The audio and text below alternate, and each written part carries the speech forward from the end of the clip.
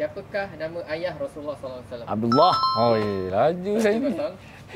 Kata jangan bincang. Solat apakah yang Nabi kata lebih baik daripada dunia dan seisinya?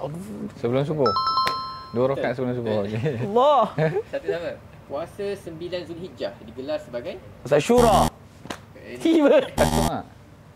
9. 9 Zulhijjah. 9 Zulhijjah. Aduh.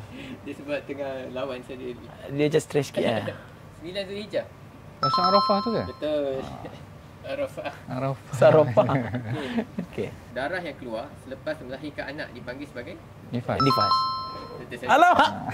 3-1. Apakah main message ataupun message utama dalam Quran? Message utama dalam Quran apa? Tahu? Ilmu.